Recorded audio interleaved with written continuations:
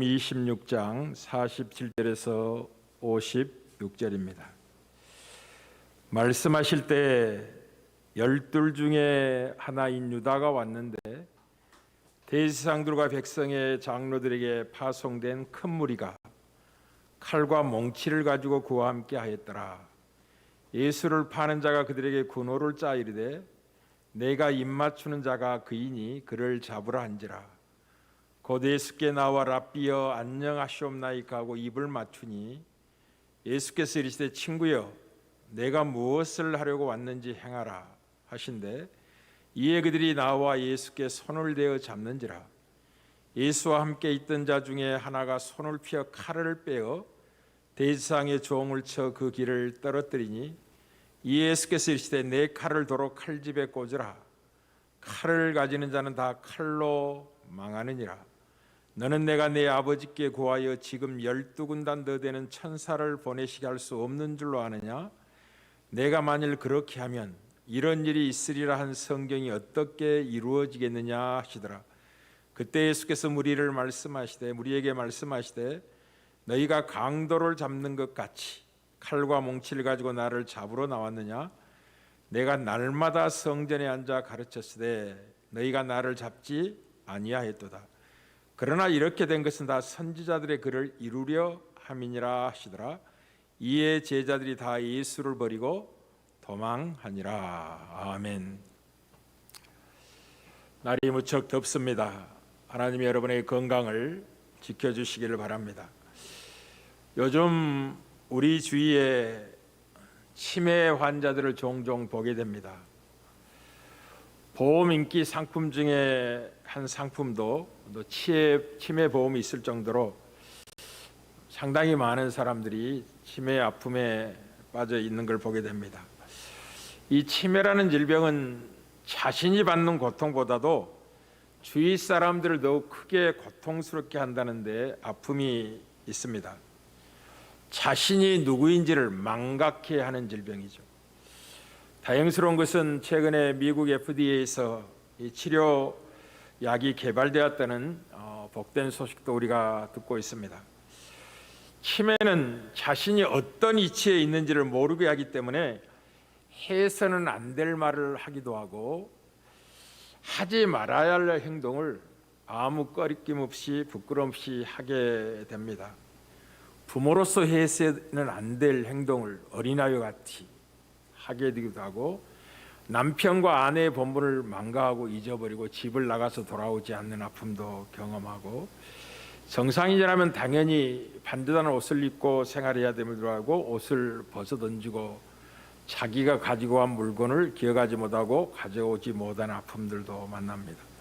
그러니 정상적인 사인으로 생활을 할 수 없는 거죠. 특별히 당신이 어느 나라 사람이니까 물어도 제대로 대답하지 못할 어느 나라 백성인도 모르게 되는 아픔도 경험하게 됩니다.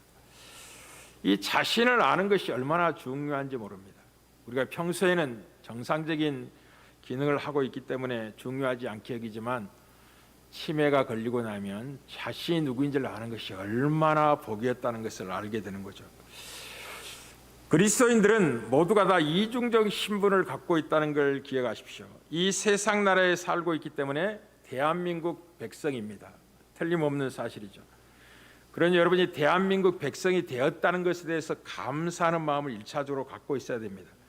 그리스도인으로 환경과 조건을 보고 감사하거나 원망하지 않습니다. 하나님이 무한한 지혜로 이 땅에 살게 하셨기 때문에 이 백성 되게 하시던 한 가지 사실 때문이라도 대한민국 백성된 것에 감사가 있어야만 할 것입니다.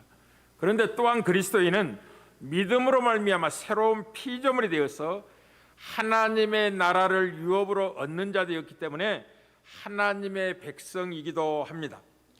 예수께서는 영원한 하나님의 나라를 세우기 위하여 이 땅에 오신 메시아죠. 주님이 이 땅에 계실 때 끊임없이 제자들에게 하나님의 나라를 선포하셨습니다. 다니엘서에도 이 손을 대지 않는 한 돌이 세상 나라를 무너뜨리고 영원한 하나님의 나라를 세울 것에 대한 예언이 다니엘서 2장 44절에 나와 있습니다. 이 여러 왕들의 시대에 하늘의 하나님이 한 나라를 세우시려니 이것은 영원히 망하지도 아니할 것이요 그 국권이 다른 백성으로 돌아가지 아니할 것이요 도리어 이 모든 나라를 쳐서 멸망시키고 영원히 설 것이라고 하여 장차 오실 예수 그리스도로 말미암아 하나님의 나라, 영원한 나라가 세워질 것에 대한 예언을 그렇게 하고 있는 것을 보게 됩니다. 주님도 친히 자기는 이 세상 나라가 아니라 하나님의 나라의 왕이라는 사실을 분명히 하였습니다. 심판하는 재판하는 빌라도 앞에서 빌라도가 묻게 되죠. 그때 주님이 이렇게 요한복음 18장 36절에 대답하십니다. 예수께서 대답하시되 내 나라는 이 세상에 속한 것이 아니니라. 만일 내 나라가 이 세상에 속한 것이었다면 내 종들이 싸워 나로 유대인들에게 넘겨지지 않게 하였으리라. 이제 내 나라는 여기에 속한 것이 아니니라 라고 분명히 말씀하시고 죽으시고 부활하신 후에 40일 동안 이 땅에 계시며 여러 사람에게 나타나셔서 말씀하신 일의 핵심이 무엇인지를 사도행전 1장 3절이 기록합니다. 그가 고난받으신 후에 또한 그들에게 확실히 많은 증거로 친히 살아계심을 나타내사 40일 동안 그들에게 보이시며 하나님 나라의 일을 말씀하시니라 라고 하여 예수님의 온 말씀의 핵심은 하나님의 나라에 있었습니다. 그래서 오늘은 그리스도인들이 하나님의 나라의 백성으로서 자기가 살고 있는 세상 나라에서 해줄 수 있는 최고의 삶, 최고의 애국이 무엇인지를 본문을 통해서 확인하고자 합니다. 주님은 하나님의 나라와 이 세상 나라의 차이를 자주 말씀하셨습니다. 나라는 이제 킹덤이죠. 쉽게 말하면 정부를 이야기하기도 합니다. 나라는 그 일을 이루는 그 방식과 순서를 보면 어떤 성격을 갖고 있는지를 정확히 확인할 수가 있습니다. 정권이 바뀌면 일을 이루기 위한 순서도 달라지게 됩니다. 철학도 달라지고 목표가 달라지게 됩니다. 보수 정권이 정권을 잡으면, 보수 세력이 정권을 잡으면 그 정권의 기간 동안은 가진 자들을 보호하는 데 초점을 두게 됩니다. 그러나 진보 세력이 정권을 잡게 되면 우선순위가 힘들고 어려운 사람을 편들고 먼저 생각하는 철학과 정책을 삼게 됩니다. 그래서 이 보수 정권과 이 진보 정권이 뒤바뀌면서 앞선 정부와 새롭게 등장한 정부의 차이가 무엇을 우선하여 가치를 두고 있는지를 통해 분명히 드러내게 됩니다. 옛 질서는 폐지되고 새로운 질서가 확립되게 되는 거죠. 이 정부와 나라의 본질적인 그 모습은 무엇에 가치를 두고 있느냐를 보면 그 정부의 성격을 분명히 확인할 수가 있습니다. 왜냐하면 가치의 순위가 정책이라는 현실을 드러낼 것이기 때문에 그렇습니다. 예수님은 세상 나라와 하나님의 나라의 가치의 우선순위를 이렇게 분명하게 누가복음 6장에서 말씀을 하셨습니다. 20절에 21절, 24절, 26절에 이렇게 말씀하셨죠. 예수께서 눈을 들어 제자들을 보시고 이르시되 너희 가난한 자는 복이 있나니 하나님의 나라가 너희의 것이며 지금 줄인 자는 복이 있나니 너희가 배부를 것이며 지금 우는 자는 복이 있나니 너희가 웃을 것이며 그러나 화 있을진저 너희 부요한 자여 너희는 너희의 위로를 이미 받았도다고 말씀하시면서 화 있을진저 너희 지금 배부른 자여 너희는 주리로다. 화 있을진저 너희 지금 웃는 자여 너희가 애통하며 울리로다. 모든 사람이 너희를 칭찬하면 너희에게 화가 있도다. 그들의 조상들이 거짓 선지자들에게 이와 같이 하였느니라 라고 하여 하나님의 나라와 세상 나라의 가치의 우선순위에 대한 분명한 가르침을 우리에게 베푸셨습니다. 하나님의 나라의 백성의 삶 속에는 가치의 우선순위가 뒤바뀐 변화가 있다는 걸 잊지 말아야 합니다. 그리스도인들은 세상이 초라하게 여기는 것을 소중히 여기는 가치를 붙잡게 됩니다. 반대로 세상이 좋다고 선호하는 가치에 대해서는 상당히 불편하고 의심하는 경향성을 갖게 됩니다. 세상이 가장 윗자리에 두고 있는 가치는 그리스도인들 속에는 가장 낮은 이치로 두게 됩니다. 역전이 일어나는 거죠. 그게 세상 나라와 하나님의 나라의 본질적인 다름을 그렇게 표현하는 것입니다. 그렇다면 이 세상 나라에서 꼭대기에 두는 가치가 무엇일까요? 그것은 권력과 돈과 명예와 성공이 최고의 가치의 자리에 올라와 있습니다. 그러면 하나님의 나라의 최고의 가치는 무엇이라고 성경이 이해할까요? 그것은 뜻밖의 강함이 아니라 약함이고, 부자가 아니라 가난한 자며, 날마다 즐거이 낙락하는 게 아니라 무엇인가를 위해서 고난을 받는 삶이며, 모든 사람에게 칭찬을 받는 삶이 아니라 모든 사람 외면을 버림받는 것 같은 삶이 하나님의 나라의 가치의 우선순위에 들어와 있다는 것을 기억할 필요가 있겠습니다. 이 하나님 나라의 가치는 세상 나라의 가치와 완벽하게 뒤집혀 있습니다. 이 비밀을 삶으로 누리지 못한다면 여러분은 나라를 사랑하고 나라에 해줄 수 있는 최고의 삶을 잊어버리고 이방인과 똑같은 사랑 정도밖에 하지 못한 아픔을 경험하게 될 것입니다.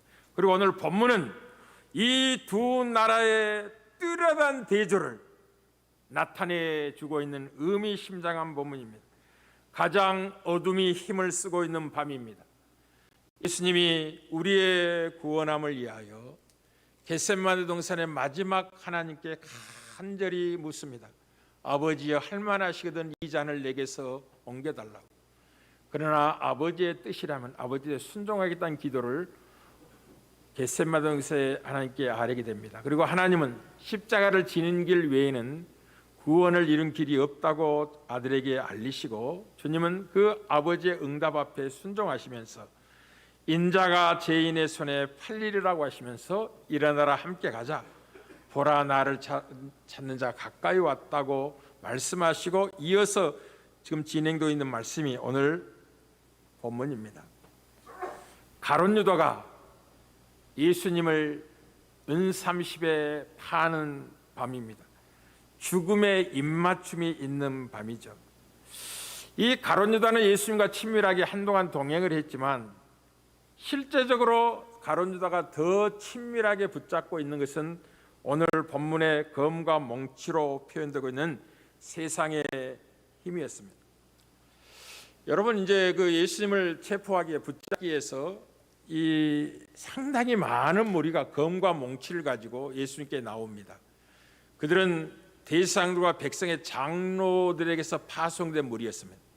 아주 유력한 자들, 예수님을 체포하는데 실패하지 않을 만한 아주 뽑은 사람들을 검과 몽치라는 것은 살상용 무기입니다.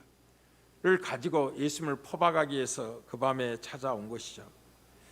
그런데 이상하게 이 가룟 유다가 이 군사들로 표현되고 있는 포박할 세력들과 군호를 짰다는 거죠. 내가 입을 맞추는 자가 바로 체포해야 될 예수님이라 라고 서로 군호를 짰다는데 의미심장한 의미가 있습니다. 무슨 말이냐면 뭐 와서 저분이 예수님이야 이렇게 이야기해서 포박하면 될 텐데 그렇게 안 하고 아무 일 없는 것처럼 은밀히 예수님께 와서 랍비여 안녕하십니까 전혀 팔 것 같지 않은, 그리고 살며시 입을 맞췄다는 거죠. 그것이 신호가 돼서 예수님을 포박하기로 군호를 짜서 왔습니다. 왜 그렇게 했을까요? 왜 번거롭게 이런 일을 했을까요?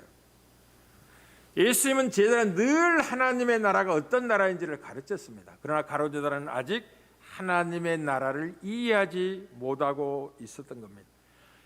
만약 예수님을 체포하기 위하여 많은 무리가 검과 몽치를 가지고 다가간다면 예수님도 세상 나라처럼 무장을 하고 저항할 것이라는 이 오해 속에서 은밀한 군호를 짜 맞추게 된 거죠. 그러나 예수님의 대답은 의미심장했습니다. 너희가 강도를 잡으려고 검과 몽치를 가지고 나를 잡으러 왔느냐라고 물으셨습니다.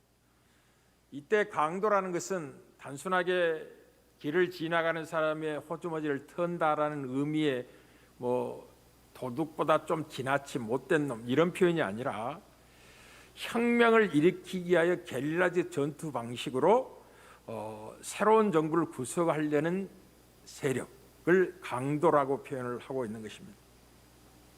기존 질서를 무너뜨리고 새로운 체제를 만들기 위해서 동원되는 수단이 이제 검과 몽치라는 내용으로 표현되고 있는 거죠. 주님은 이렇게 말씀하신 것입니다. 내가 검으로 대응할 줄 알고 검을 들고 왔단 말이냐?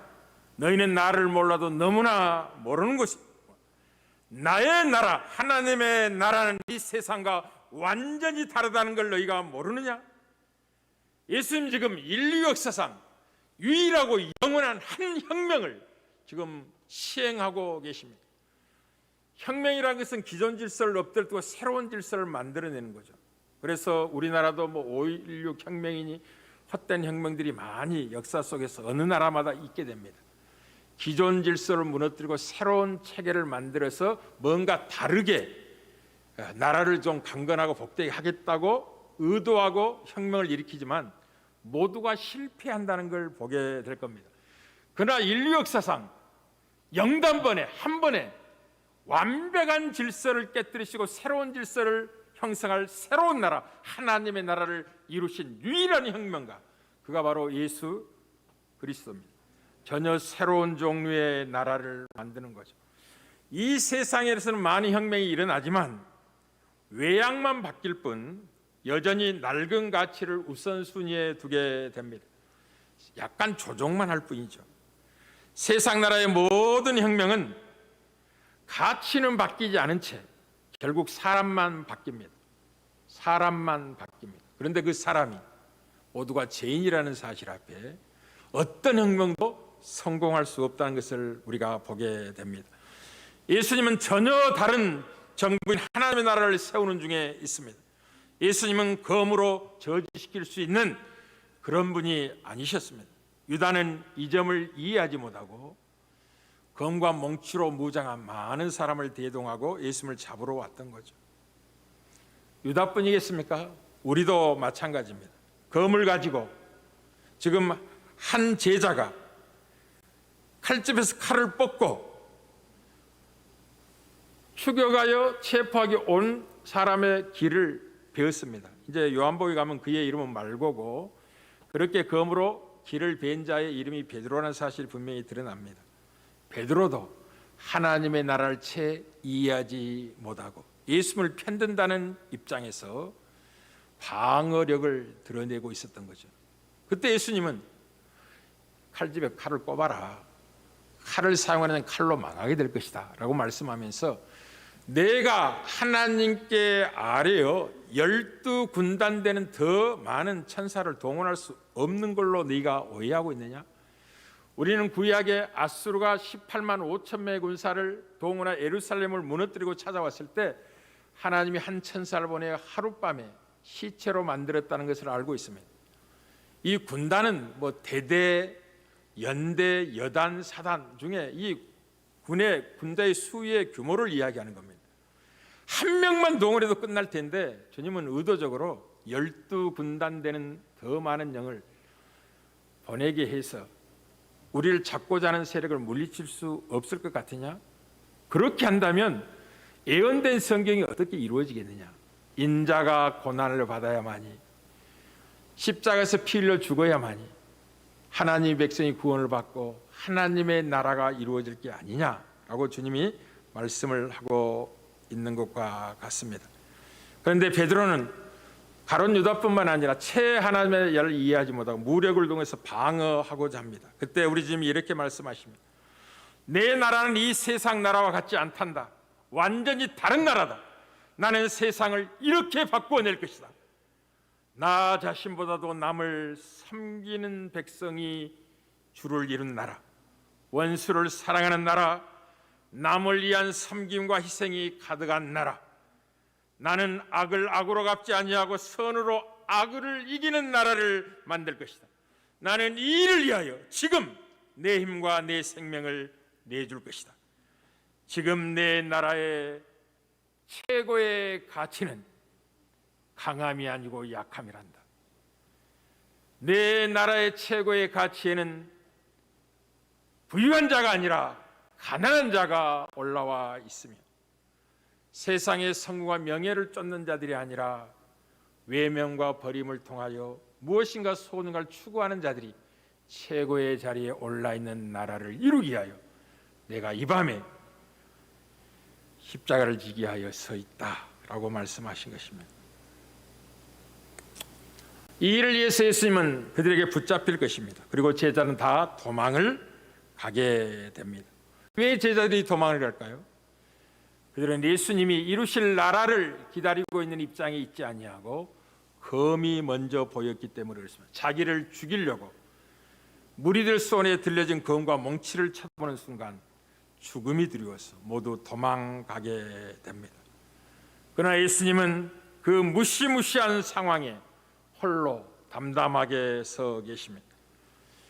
우린 여기에서 한 사건을 기억할 필요가 있습니다. 우리의 첫 조상 아담과 하와가 죄로 인해 범죄하고 에덴 동산에 추방을 당했을 때 그 에덴 동에 들어오지 못하도록 두루 도는 화영검이 지키고 있는 걸 보게 됩니다. 그룹들과 함께. 지금 예수님은 두루 도는 화영검으로 무장한 세력들이 도저히 에덴으로 들어가지 못한 길목을 막고 있는 길을 뚫기 위해서 친히 하나님의 공의의 칼 아래 자기 자신을 내어주고 계시고 그 현장인 십자가의 못을 받기 위해서 이 밤에 붙잡히실 것입니다. 사랑하는 성도 여러분, 십자가에서 예수님 우리가 받아야 될 마땅한 형벌을 받으신 분이라는 걸 기억하십시오. 그래서 우리는 주님이 받아야 될 마땅한 영광과 승리와 존귀를 보장받고 있는 백성들이라는 걸 잊지 마십시오.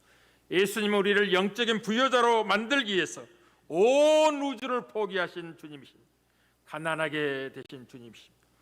이것을 생각한다면 성도는 변화를 경험하게 될 것입니다. 이제 요즘은 평생 직장이라는 게 없잖아요. 직장에 다니다가 5년 10년 다니다가 또 다른 시간을 잡고 이렇게 해야 될 시대가 됐습니다. 쉽게 말하면 젊음의 때 가지고 있는 에너지와 지혜를 다 뽑아내고 몇 분의 돈을 주고 쓰다가 다 버리게 되는 시대가 됐다는 거죠. 그렇게 변화가 빠르고 뭐 몇십 년 묵은 그 사고를 가지고는 새로운 시대를 감당해낼 수 없기 때문에 새로운 사고를 가진 신세대를 끊임없이 보충하기 위해서 앞에 있는 사람 몰아내는 시대가 되었습니다. 그래서 직장을 잃는 것은 당연한 시대입니다. 특별히 나만 당하는 아픔이라고 생각하면 안 됩니다. 그러나 기억하시길 바랍니다.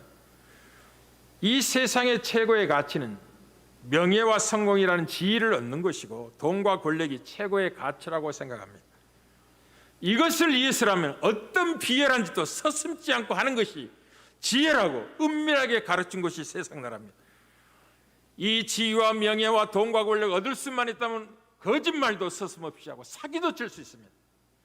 그리고 남의 등에 비수도 꼽는 배반을 아무 꺼리낌 없이 행할 수 있는 나라가 세상 나라입니다. 그러나 하나님의 나라를 소유한 하나님의 백성은 다릅니다. 약함과 고난과 그리고 가난과 버림이 최고의 가치 속에 있기 때문에 그런 삶이 주어질 때마다 하나님의 나라가 가까웠다는 것을 알고 자신의 정체성을 다시 한번 확인해 보는 시간으로 붙잡게 됩니다. 기억하십시오. 우리는 위대한 왕이었던 다윗이 자기 자신의 정체성을 끊임없이 이렇게 고백하는 걸 듣게 됩니다. 시편 40편 17절입니다. 나는 가난하고 궁핍하오나 주께서 나를 생각하시오.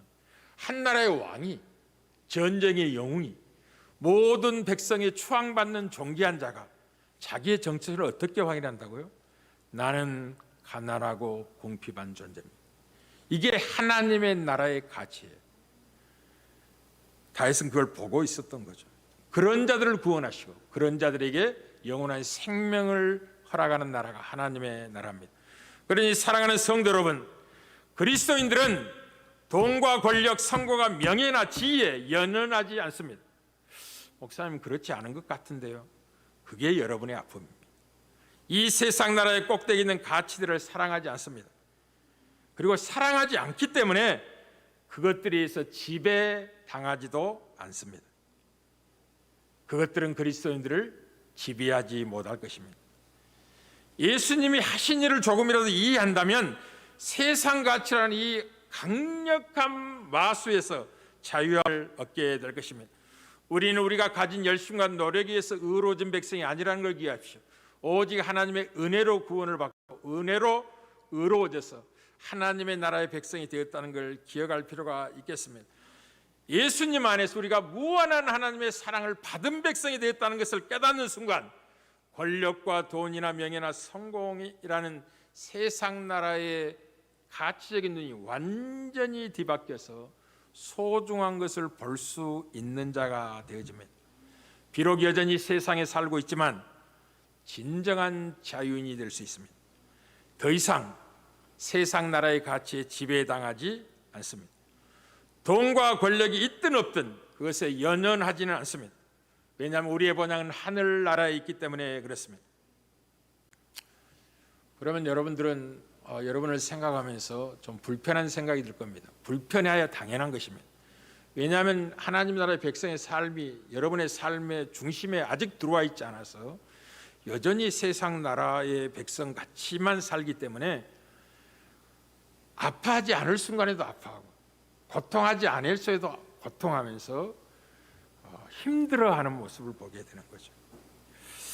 하나님의 백성들은 이 돈이나 권력이 생기면 하나님의 나라를 위해서 할 수 있는 일이 더 많아졌다는 생각 때문에 감사합니다. 반대로 돈이나 권력이 사라져도 하나님이 또 다른 방법으로 역사하실 것이기 때문에 아무 걱정하지 않습니다. 하나님이 나를 사랑하시고 나를 지켜보고 계시는데 이 현실이 나를 유익되게 하여 허락된 현실이고 하나님의 무한한 생각과 지혜로 나를 복되게 하실 거라는 생각 때문에 그것을 빼앗기고 잃었다 할지라도 없다 할지라도 연연해 하지 않습니다. 이런 사람들의 삶 속에는 검과 몽치는 없고 자유함만 있습니다. 열심히 일을 하되 일벌레로 전락하지는 않습니다. 일을 하지만 일의 지배를 받지는 않습니다. 기억하십시오. 성도들은 이중적인 신분을 갖고 세상 나라에서 열심히 일해야 됩니다. 게으르시면 안 됩니다. 땀 흘려야 됩니다. 그러나 일에 지배당하지는 않습니다. 일벌레로 전락하지는 않습니다. 이 하나님의 나라의 백성들인 그리스도인들이 돈과 권력에 연연하지 않기 때문에 가끔 사람들이 여러분들에게 좀 어리석다고 비난할 때도 있습니다. 이렇게 비난하죠. 당신 그렇게 돈을 함부로 쓰면 어떻게 해? 라는 이야기를 듣기도 하고 천금같이 돈 벌 수 있는 사업의 기회가 주어지는데 왜 기회를 놓쳐? 왜 매네? 예를 들어서 술집을 하면 돈을 많이 벌겠죠. 요즘 술집에 못 가서 안달난 대한민국 백성이 너무나 많아가지고 난립니다. 이제 조금만 지나면 그냥 노래방으로 디스코텍으로 술집으로 그동안 못 갔던 것 화풀이 하듯이 대갚듯이 막 돈을 쏟아부을 겁니다. 그래서 지금 좀 장사가 안 돼 손해봤다는 생각도 조금만 참으면 떼돈을 벌 수 있는 기회를 만날 겁니다. 그러나 신자들은 그렇게 하지 않습니다. 아무리 돈이 많이 벌리는 일이라 할지라도 외면합니다. 무엇보다도 도저히 사람을 섬기면서 아무래도 이 사람을 섬기다가 돈 떼일 것 같은데 라는 생각이 듭니다. 그럼에도 아낌없이 섬깁니다. 어리석게 보이는 거죠. 훤히 보이는데 그 사람의 돈을 빌려준단 말이에요. 빌려주지 않습니다. 그리스도인들은 빌려주지 않고 그냥 줍니다. 그러나 받은 사람은 성실함과 책임감을 가지고 되갚으려고 애를 쓰기 때문에 다시 돌아올 수는 있지만 자기 호주머니에 떠난 돈은 그리스도인은 다시 자기 돈으로 생각하지 않습니다. 왜냐하면 빌려주는 게 아니라 이미 준 것이기 때문에 그렇습니다. 돌아오면 감사할 뿐이죠. 그런 의미에서 사람들이 미련하다고 여기게 되고 그렇게 살다가는 어떻게 라는 오해도 받게 됩니다. 그러나 기억하십시오. 우리는 이 세상에 살지만 하나님의 나라의 백성이라는 걸 기억하십시오. 우리가 가진 것은 없어져도 될 것들입니다. 하나님 우리에게 주신 모든 복들은 없어져야 할 영원한 것들입니다. 사랑하는 성도 여러분을 기억하십시오. 여러분의 시민권은 하늘에 있다는 걸 잊지 마시길 바랍니다. 교회 안에도 종종 이 하나님의 나라의 원리, 하나님의 통치를 거부하고 여전히 세상적인 나라를 위해서 모여든 무리들이 많이 있습니다. 빌립보 3장에서 사도 바울은 이 문제를 집중적으로 다루죠. 내가 여러 번 너희들에게 눈물 흘리며 강조하고 권했다. 그리스도의 십자가 원수로 행하는 자들이 있다는 거죠. 그들의 마침은 멸망인데 그들의 신은 하나님이 아니라 그리스도 예수가 주가 아니라 그들의 배가 신이 되는 자들이라고. 그들은 모든 부끄러운 것을 영광으로 아는 자들이며 땅의 일을 생각하는 자들이라고 이야기하면서 여러분들은 누구냐? 여러분의 시민권은 하늘에 있습니다. 여러분은 하늘 백성이라는 걸 잊지 마시길 바랍니다 라고 강조한 걸 보게 됩니다. 사랑하는 성도 여러분, 이 시간 6월 나라와 민족을 생각해야 될 이 소중한 때 여러분들이 어떻게 사는 것이 이 민족을 향해 최고의 애국의 삶을 사는 것인지를 여러분에게 증언하고 있습니다. 하나님의 나라의 백성들은 약할 때 강한 백성이라는 걸 잊지 말아야 됩니다. 무슨 말이냐면 스스로의 힘으로 아무리 강하고 용맹스럽게 자기를 키우고 파이를 늘려본다 할지라도 그것으로 나라를 지킬 힘도 없을 뿐만 아니라 나라의 미래를 보장하지 못합니다. 이 민족의 미래의 보장은 하나님께 있다는 걸 기억하십시오. 약할 때 강한 존재는 하나님을 힘을 삼고 있기 때문에 약한 것이 자랑이 되는 백성들입니다. 하나님이 강하신 분이기 때문에 내가 약하면 약할수록 그 하나님의 보호와 지키심은 크고 능력 있게 자리 잡게 되는 것입니다. 이 시대의 그리스도인들이 세상 나라의 가치를 쫓지 아니하고 하나님의 나라의 우선적인 가치와 같은 약함이라는 연약함이라는 가치를 진정으로 하나님을 의지하고 붙든다면 하나님은 이 민족을 지키시고 보호할 것입니다. 바로 의인이 가난하고 궁핍한 자입니다. 아멘을 크게 안 하죠. 여전히 세상 나라 가치처럼 살고 싶다는 거죠. 그러나 기억하시길 바랍니다.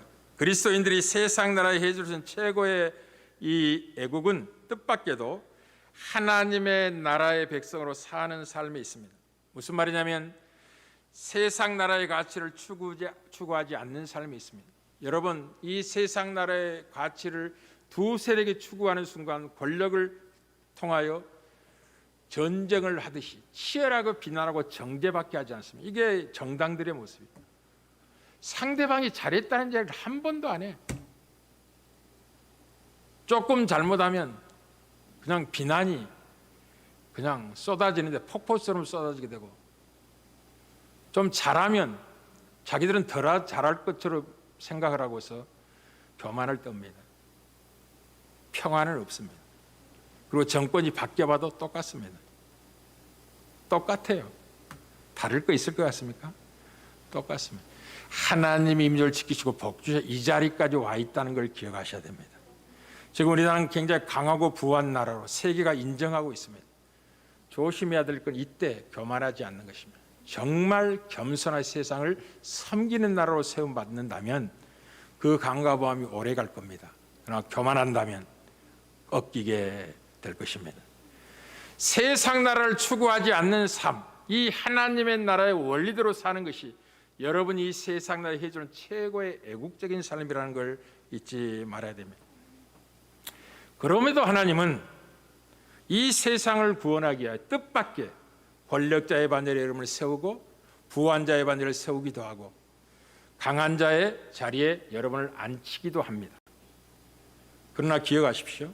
그 권력과 그 부함과 그 강함이 자랑이나 복의 증거가 아니라 그런 자리에 있는 자들까지도 구원을 베풀고자 하나님의 자비하심과 은혜 베푸심이 우리를 그 자리로 보내고 있다는 사실을 기억하십시오. 그런 자리는 사명의 자리입니다. 정말 위대한 자리죠. 하나님이 지극히 연약한 우리들을 사용하셔서 위대한 하나님의 나라 완성을 이루어가고 계십니다. 하나님이 여러분들을 어떤 자는 정치판으로, 어떤 자는 경제인으로, 어떤 자는 예술인과 법사인으로 다양한 분야에 여러분을 보내시고 우리 자녀들을 사용하실 겁니다. 그때 기억하시길 바랍니다. 그 자리에서 이 민족을 위하여 해주는 최고의 애국은 세상 나라의 가치를 추구하는 게 아니라 하나님의 나라의 가치를 손을 붙들고 그것을 기이 여기며 하나님의 통치의 수단이 되는 삶을 사는 것입니다. 그게 이 시대에 필요한 애국이며 교회가 드려야 할 빛이며 소금의 사명입니다. 잊지 않고 누려지는 은혜가 있기를 주의 이름으로 축복합니다.